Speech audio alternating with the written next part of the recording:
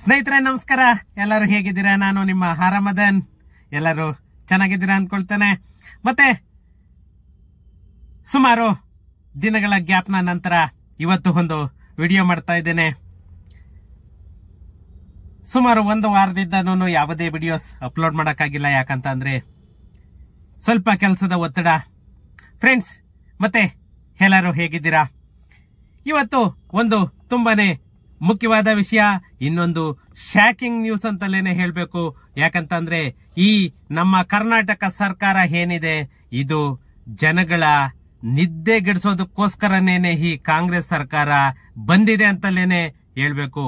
ಯಾಕಂತಂದ್ರೆ ದಿನ ಬೆಳಗಾಯ್ತು ಅಂದ್ರೆ ಒಂದೊಂದು ಶಾಕಿಂಗ್ ನ್ಯೂಸ್ ಅನ್ನ ನಮ್ಮ ಮುಂದೆ ಹಿಡ್ತಾ ಇರುತ್ತೆ.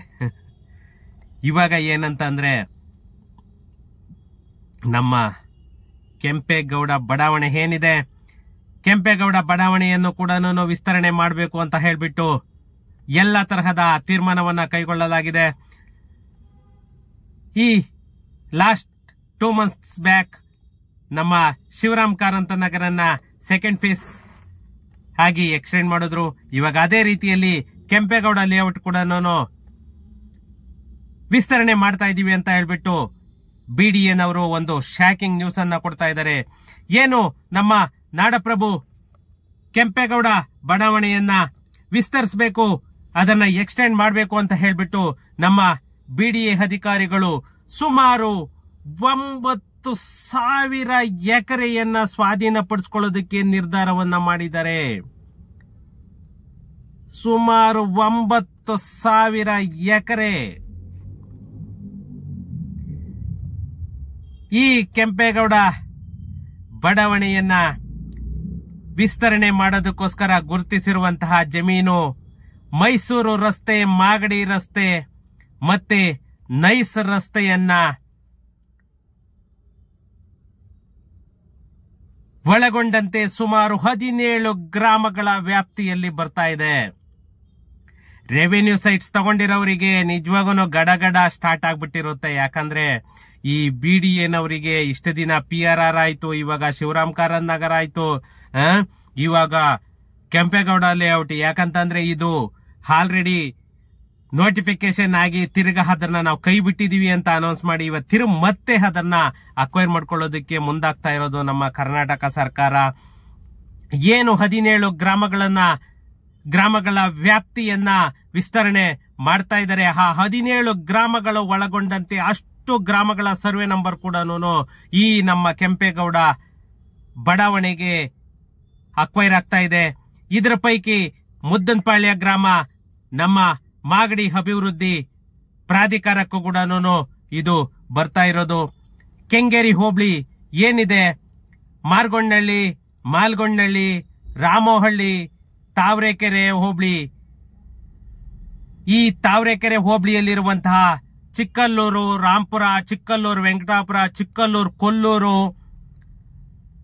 ಚಿಕ್ಕಲ್ಲೂರು ನಂಜುಂಡಾಪುರ, ಕೊಲ್ಲೂರು ಗುರುನಾಯಕಪುರ, ಕೊಲ್ಲೂರು, ಕೇತೋಹಳ್ಳಿ, ಕೇತೋಹಳ್ಳಿ ರಾಮಾಪುರ, ಕೇತೋಹಳ್ಳಿ ನರಸೀಪುರ, ಶೇಷಗಿರಿಪುರ, ಕಣಮಿಣಿಕೆ, ಕೊಡಿಗೆಹಳ್ಳಿ, ಶೀಗೆಹಳ್ಳಿ, ಮುದ್ದಿನಪಾಳ್ಯ, ಹೀಗೆ ಸುಮಾರು 17 ಗ್ರಾಮಗಳ ಪೈಕಿ 5,755 ಎಕರೆ 32 ಗುಂಟೆ ಸ್ವಾಧೀನಪಡಿಸಿಕೊಳ್ಳಲಾಗುತ್ತಿದೆ.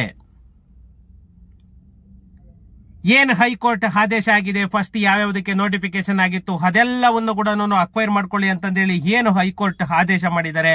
ಆ ಹೈಕೋರ್ಟ್ ಆದೇಶದ ಪ್ರಕಾರ ಕೆಂಪೇಗೌಡ ಬಡಾವಣೆಯನ್ನ, ಕೆಂಪೇಗೌಡ ಲೇಔಟ್ ಅಂತ ಏನ್ ಹೇಳ್ತೀವಿ, ಅದನ್ನ ವಿಸ್ತರಣೆ ಮಾಡಬೇಕು ಅಂತ ಹೇಳ್ಬಿಟ್ಟು ನಮ್ಮ ಕರ್ನಾಟಕ ಸರ್ಕಾರ ಮತ್ತೆ ಬಿಡಿಎ ತುಂಬಾನೇ ತ್ವರಿತ ಗತಿಯಲ್ಲೇ ವ್ಯವಸ್ಥೆಯನ್ನ ಮಾಡ್ತಾ ಇದ್ದಾರೆ.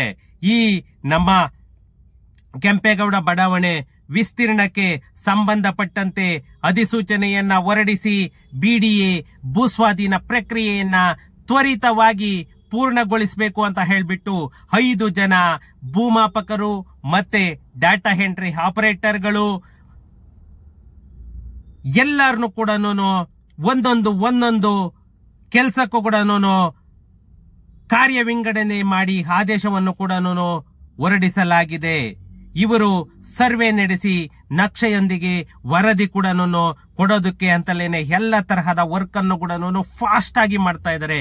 ಈ ಹಾಲಿ ನಿರ್ವಹಿಸುತ್ತಿರುವ ಇವಾಗ ಏನು ಪ್ರೆಸೆಂಟ್ ವರ್ಕ್ ಮಾಡ್ತಾ ಇದ್ದಾರೆ, ಇದರ ಜೊತೆಗೆ ಸರ್ವೆ ಕಾರ್ಯವನ್ನು ಕೂಡ ಏನು ಸರ್ವೆ ವರ್ಕ್ ಇದೆ ಎಲ್ಲನೂ ಯಾವ್ಯಾವ ಜಮೀನು ಎಲ್ಲೆಲ್ಲಿ ಎಷ್ಟೆಷ್ಟು ಎಕರೆ ಎಲ್ಲನೂ ಈ ಸರ್ವೆ ಕಾರ್ಯವನ್ನು ಕೂಡ ನಡೆಸಿ ನಕ್ಷೆಯೊಂದಿಗೆ ವರದಿ ನೀಡಬೇಕು ಅಂತ ಹೇಳ್ಬಿಟ್ಟು ಕೂಡ ಸರ್ಕಾರ ಆದೇಶವನ್ನ ಹೊರಡಿಸಿದೆ. ಅಲ್ಲದೆ ಇವಾಗ ಪ್ರಭಾರ ವಹಿಸಿಕೊಂಡಿರುವಂತಹ ಮುಂದಿನ ಆದೇಶದವರೆಗೂ ಕಾರ್ಯನಿರ್ವಹಿಸಲು ಬಿಡಿಎ ಉಪ ಆಯುಕ್ತರು ಏನು ಭೂ ಸ್ವಾಧೀನ ಆಗ್ತಾ ಇದೆ ಅವರಿಗೆ ಸೂಚನೆಯನ್ನು ಕೂಡ ಹೊರಡಿಸಿದ್ದಾರೆ. ಯಾಕಂತಂದ್ರೆ ಒಂದೊಂದು ಕೆಲಸ ಕಾರ್ಯ ಕೂಡ ಫಾಸ್ಟ್ ಆಗಿ ಆಗಬೇಕು ಅಂತ ಹೇಳ್ಬಿಟ್ಟು ತುಂಬಾನೇ ಫಾಸ್ಟ್ ಆಗಿ ಮಾಡೋದಕ್ಕೆ ಎಲ್ಲಾ ತರಹದ ಸಿದ್ಧತೆಯನ್ನು ಕೂಡ ನಮ್ಮ ಕರ್ನಾಟಕ ಸರ್ಕಾರ ನಡೆಸ್ತಾ ಇದೆ.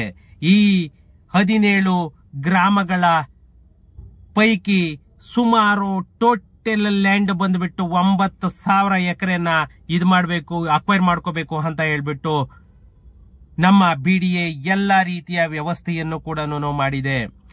ಇದರಲ್ಲಿ ಸುಮಾರು 5,750 ಎಕರೆಯನ್ನ ಹೊರತುಪಡಿಸಿ ಬಿಡಿಎ ಸುಮಾರು 3,200 ಎಕರೆ ಜಮೀನನ್ನ ಸ್ವಾಧೀನ ಪಡಿಸ್ಕೋಬೇಕು ಅಂತಂದೇಳಿ ಪ್ರಸ್ತಾಪವನ್ನ ಇಟ್ಟಿರೋದು. ಯಾಕಂತಂದ್ರೆ ಈ ಹಿಂದೆ ಏನು ಅಧಿಸೂಚನೆ ಹೊರಡಿಸಿದ್ರು, ನಂತರ ಅದನ್ನ ಸ್ವಾಧೀನದಿಂದ ಕೈ ಬಿಡಲಾಗಿತ್ತು. ಮತ್ತೆ ಇವಾಗ ಪರಿಷ್ಕೃತ ಮಾಸ್ಟರ್ ಮೈಂಡ್ ಏನು ಉಪಯೋಗಿಸ್ತಾ ಇದ್ದಾರೆ, ಅದಕ್ಕೆ ಮಾಸ್ಟರ್ ಪ್ಲಾನ್ ಅನ್ನ ಏನ್ ರೆಡಿ ಮಾಡ್ತಾ ಇದ್ದಾರೆ, ಇವರ ಮಾಸ್ಟರ್ ಮೈಂಡ್ ಗೆ ಒಪ್ಕೋಬೇಕು. ಯಾಕಂದ್ರೆ ಒಂದು ಸಾರಿ ಅಕ್ವೈರ್ ಆಯ್ತು, ಮತ್ತೆ ಇನ್ನೊಂದ್ ಸಾರಿ ಕೈ ಬಿಡ್ತು, ತಿರುಗಿ ಮತ್ತೆ ಅಕ್ವೈರ್ ಮಾಡ್ಕೊಳ್ಬೇಕು ಅಂತ ಹೇಳ್ಬಿಟ್ಟು ಅಂದ್ರೆ ಜನಗಳ ಜೊತೆ ಇವರು ಯಾವ ತರ ಆಟ ಆಡ್ತಾ ಇದ್ದಾರೆ ಅಂತಂದ್ರೆ ನೀವು ಅಲ್ಲೇ ಇಮ್ಯಾಜಿನ್ ಮಾಡ್ಕೋಬೇಕು. ಯಾಕಂದ್ರೆ ಇವ್ರು ಅಕ್ವೈರ್ ಮಾಡ್ಕೊಂಡಿದ್ದ್ಯಾಕೆ, ಅವಾಗ 4-1 ಮಾಡಿದ್ದ್ಯಾಕೆ, ತಿರ್ಗ ಅದನ್ನ ಕೈ ಬಿಟ್ಟಿದ್ದ್ಯಾಕೆ, ಆ ಜಾಗನ್ನ ತಿರುಗಿ ಮತ್ತೆ ಏನಕ್ಕೆ ಇವಾಗ ಅಕ್ವೈರ್ ಮಾಡ್ಕೊಳ್ತಾ ಇದ್ದಾರೆ. ಇವರಿಗೆ ಯಾವ ರೀತಿ ಬೇಕಂದ್ರೂ ಕೂಡ ಜನಗಳ ಜೊತೆ ನಾವ್ ಯಾವ ತರ ಬೇಕಾದ್ರೂ ನಾವು ಅಕ್ವೈರ್ ಮಾಡ್ಕೊಳ್ಬಹುದು, ಜನಗಳ ಜೊತೆ ನಾವ್ ಯಾವ ತರ ಬೇಕಾದ್ರೂ ಆಟ ಆಡ್ಬೋದು ಅನ್ನೋದು ಇವರಿಗೆ ಕಾಮನ್ ಆಗೋಗಿದೆ. ಅದಕ್ಕೆ ತಕ್ಕಂತೆ ಈ ಕಂತೆಗೆ ತಕ್ಕಂತೆ ಬಂತೆ ಅಂತ ಏನ್ ಹೇಳ್ತೀವಿ, ಅದೇ ರೀತಿಯಾಗಿ ಈ ಕೋರ್ಟ್ಗಳು ಕೂಡ ಅದೇ ರೀತಿಯಲ್ಲಿ ಇವಾಗ ಹೈಕೋರ್ಟ್ ಆದೇಶ ಇಟ್ಕೊಂಡೇನೆ ಇವ್ರು ಇಷ್ಟೆಲ್ಲನೂ ಆಟ ಆಡ್ತಾ ಇರೋದು. ಈ ನಮ್ಮ ಪರಿಷ್ಕೃತ ಮಾಸ್ಟರ್ ಪ್ಲಾನ್ ಪ್ರಕಾರ ರಸ್ತೆಗಳನ್ನ ನಿರ್ಮಾಣ ಮಾಡಬೇಕು ಅಂತ ಏನ್ ಈ ಪೆರಿಫೆರಲ್ ರಿಂಗ್ ರೋಡ್ ಅದೆಲ್ಲ ಮಾಡ್ತಾ ಇದ್ದಾರೆ, ಅದಕ್ಕೆ ಅಗತ್ಯವಿರುವಂತಹ ಸುಮಾರು 38 ಎಕರೆ ಜಮೀನನ್ನ ಸ್ವಾಧೀನದಿಂದ ಹೊರಗುಳಿದಂತಹ ಸುಮಾರು 1,317 ಎಕರೆ ಜಮೀನು ಸಹ ಇದರಲ್ಲಿ ಸೇರಿಸ್ಕೊಂಡು 38 ಎಕರೆ ಏನು ಪೆರಿಫೆರಲ್ ರಿಂಗ್ ರೋಡ್ ಬರ್ತಾ ಇದೆ ಅದನ್ನ, ಮತ್ತೆ 1,317 ಎಕರೆ ಏನು ಮುಂಚೆ ಅಕ್ವೈರ್ ಆಗಿ ಅದನ್ನ ಇದ್ ಮಾಡ್ಕೊಂಡಿದ್ರು ಅದನ್ನ ಕೂಡ ಈ ಬಡಾವಣೆಯಲ್ಲಿ ಸೇರಿಸ್ಕೊಳ್ತಾ ಇದ್ದಾರೆ. ಅಲ್ಲದೆ ಬಡಾವಣೆಗೆ ಹೊಂದಿಕೊಂಡಿರುವಂತಹ 4 ಗ್ರಾಮಗಳಲ್ಲಿ ಸುಮಾರು 1,868 ಎಕರೆ ಜಮೀನನ್ನು ಕೂಡ ಆಲ್ರೆಡಿ ಗುರುತಿಸಲಾಗಿದೆ.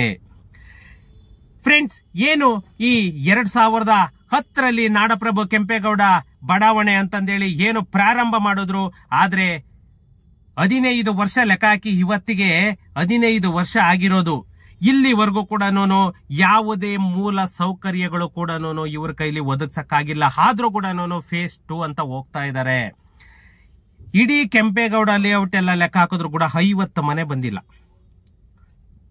ಒಂದು ಬಿಡಿಎ ಲೇಔಟ್ ಅಂದ್ರೆ ಯಾವ ತರ ಇರಬೇಕು, ಇಲ್ಲಿವರೆಗೂ 50 ಮನೆಗಳು ಕೂಡ ಇಲ್ಲಿ ಬಂದಿಲ್ಲ. ಸುಮಾರು ಮನೆಗಳು ಎಷ್ಟೋ ಅರ್ಧಂಬರ್ಧ ಕೆಲಸ ಮಾಡಿ ನಿಲ್ಸಿದ್ದಾರೆ. ಏನೊಂದು ಎಲ್ಲ ಲೆಕ್ಕ ಹಾಕಿದ್ರೆ ಒಂದು 50 ಮನೆಗಳ ಮಾತ್ರನೇನೆ ಇವತ್ತು ಅಲ್ಲಿ ವಾಸ ಇರುವಂತಹದ್ದು. ಈ ನಮ್ಮ ಬಿಡಿಎ ಆರಂಭದಲ್ಲಿ ಸುಮಾರು 4,040 ಎಕರೆ ಅಧಿಸೂಚನೆಯನ್ನ ಹೊರಡಿಸಿದ್ರು. ಅದರಲ್ಲಿ ಈವರೆಗೆ ಏನು 2,200 ಎಕರೆ ಜಮೀನನ್ನ ಸ್ವಾಧೀನಪಡಿಸಿಕೊಂಡಿದೆ. ಮತ್ತೆ ಸುಮಾರು ಜಮೀನನ್ನ ಹಂಗೆ ಏನು ಕೈ ಬಿಟ್ಟಿತ್ತು ಅದನ್ನ ಎಲ್ಲವನ್ನು ಕೂಡ ಇವಾಗ ಅಕ್ವೈರ್ ಮಾಡ್ಕೊಳ್ಬೇಕು. ಯಾಕಂದ್ರೆ ಅವಾಗ ಏನೇನ್ ಡಿಲೀಟ್ ಆಗಿತ್ತು ಅದೆಲ್ಲ ಕೂಡ ಇವಾಗ ಮತ್ತೆ ಅಕ್ವೈರ್ ಮಾಡ್ಕೊಳ್ತಾ ಇದ್ದಾರೆ. ಈ ಕೆಂಪೇಗೌಡ ಬಡಾವಣೆಯ ಕಾಮಗಾರಿ ಸುಮಾರು 90% ಮುಗಿದಿದೆ ಅಂತ ಹೇಳ್ತಾ ಇದ್ದಾರೆ. ಅದು ದೇವರೇ ಬಲ್ಲ. ಅದರಲ್ಲಿ 80% ಮೂಲ ಸೌಕರ್ಯ ಕಾಮಗಾರಿ ಕೂಡ ನಾವು ಕಂಪ್ಲೀಟ್ ಮಾಡ್ತಾ ಇದೀವಿ ಅಂತ ಬಿಡಿಎ ಸ್ಟೇಟ್ಮೆಂಟ್ ಅನ್ನ ಕೊಟ್ಟಿದ್ದಾರೆ. 1234 ಬ್ಲಾಕ್ಗಳಲ್ಲಿ ಇನ್ನೂ ಕೂಡ ಡಾಂಬರೀಕರಣ ಆಗಿಲ್ಲ. 1234ನೇ ಬ್ಲಾಕ್ ಏನಿದೆ ಅದರಲ್ಲಿ ಇನ್ನೂ ಕೂಡ ಡಾಂಬರೀಕರಣ ಕೂಡ ಆಗಿಲ್ಲ. ವಿದ್ಯುತ್, ಕುಡಿಯ ನೀರು ಸಂಪರ್ಕ ಕೂಡ ಬಂದಿಲ್ಲ. 6 ಬ್ಲಾಕ್ಗಳ ಕಾಮಗಾರಿಯನ್ನ ಒಂದೇ ಏಜೆನ್ಸಿಗೆ ಮತ್ತೆ ಒಂದೇ ಗುತ್ತಿಗೆದಾರರಿಗೆ ಕೊಟ್ಟಿರುವುದೇ ಇದೆಲ್ಲಕ್ಕೂ ಕೂಡ ಪ್ರಾಬ್ಲಮ್ ಅಂತಂದೇಳಿ ಹೇಳ್ತಾ ಇರೋದು.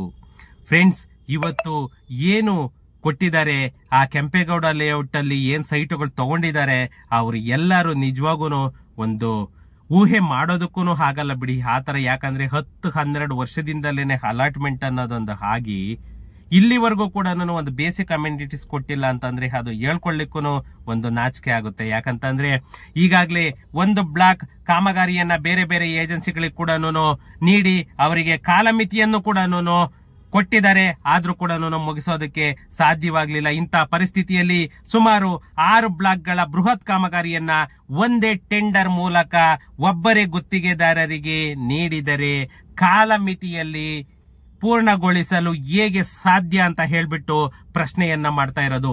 ಯಾಕಂತಂದ್ರೆ ಈ ನಮ್ಮ ಕೆಂಪೇಗೌಡ ಬಡಾವಣೆ ಆಗ್ಬೋದು, ಅಥವಾ ಹರ್ಕಾವತಿ ಆಗ್ಬೋದು, ಅಥವಾ ಶಿವರಾಮ್ ಕಾರಂತ್ ನಗರ ಆಗ್ಬೋದು, ಅಥವಾ ನಮ್ಮ ಅಂಜನಾಪುರ ಆಗ್ಬೋದು, ಅಥವಾ ನಮ್ಮ ವಿಶ್ವೇಶ್ವರಯ್ಯ ಲೇಔಟ್ ಆಗೋದು, ಪ್ರತಿಯೊಂದು ಲೇಔಟ್ ನ ಹಣೆ ಬರಹನು ಅಷ್ಟೇನೆ. ಈ ಡಿ.ಕೆ. ಶಿವಕುಮಾರ್ ಅವರು ಒಂದು ಕಂತೆ ಹೊಡಿಬೇಕಂತಲ್ಲ ಏನು ಅಂತ ಗೊತ್ತಿಲ್ಲ. ಫ್ರೆಂಡ್ಸ್, ಬರೀ ಬಿಡಿಎ ಅಂತ ಹೋಗ್ತಾ ಇದ್ದಾರೆ. ಯಾಕಂತಂದ್ರೆ ಇವರು ಟಾರ್ಗೆಟ್ ಎಲ್ಲ ಇರೋದೊಂದೇನೇನೆ, ಪ್ರೈವೇಟ್ ಬಿಲ್ಡರ್ಸ್ ಯಾರಿಗೂ ಕೂಡ ಅಲ್ಲಿ ಬೆಳೆಯೋದಕ್ಕೂ ಬಿಡಬಾರ್ದು ಅನ್ನೋದು ಒಂದು ಕಡೆಗಾದ್ರೆ, ಪ್ರತಿ ಸೈಟು ಕೂಡ ಬಿಡಿಎ ಹಿಂದಲೇನೆ ಎಲ್ಲರಿಗೂ ಹೋಗ್ಬೇಕು. ಸೆಕ್ಯೂರ್ ಅಂತಂದೇಳಿ ಜನ ಕೂಡ ಅದೇ ರೀತಿ ಹೋಗ್ತಾರೆ. ಅದು ಏನು ಮಾಡ್ಲಿಕ್ಕೂ ಬರಲ್ಲ. ಯಾಕಂದ್ರೆ ಅದಕ್ಕೆ ತಕ್ಕಾಗಿ ಇವರು ಡೆವಲಪ್ಮೆಂಟ್ ಮಾಡಿದ್ರೆ ಅಲ್ಲಿ ಬಿಡಿಎ ನಲ್ಲಿ ಯಾರು ತಗೋಬೇಡ್ರಿ ಅಂತ ಯಾರು ಹೇಳಲ್ಲ, ತಗೊಂಡ್ಲಿ. ಆದ್ರೆ ಅದಕ್ಕೆ ತಕ್ಕಂತೆ ಅಮ್ಯುನಿಟೀಸ್ ಕೂಡ ಇವರು ಕೂಡ ಒದಗಿಸಿದ್ರೆ ತುಂಬಾ ಚೆನ್ನಾಗಿರುತ್ತೆ.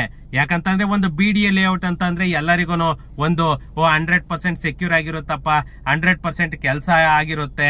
ಇಲ್ಲಿ ತಗೊಂಡ್ರೆ ನಮ್ಗೇನು ಪ್ರಾಬ್ಲಮ್ ಇಲ್ಲ ಅನ್ನೋದು ಒಂದು ಇದ್ದೇ ಇರುತ್ತೆ. ಆದ್ರಿಂದ ಬಿಡಿಎ ಲೇಔಟ್ ಯಾವುದೇ ಮಾಡ್ಲಿ ಅದಕ್ಕೆ ತಕ್ಕಾಗ ಒಂದು ಟೈಮ್ ಲಿಮಿಟ್, ಆ ಟೈಮ್ ಲಿಮಿಟ್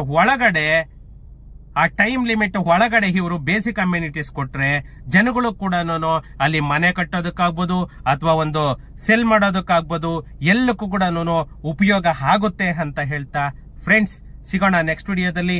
ಏನಾದ್ರೂ ಇತ್ತು ಅಂದ್ರೆ ನನಗೆ ಕಮೆಂಟ್ ಮಾಡಿ. Thank you.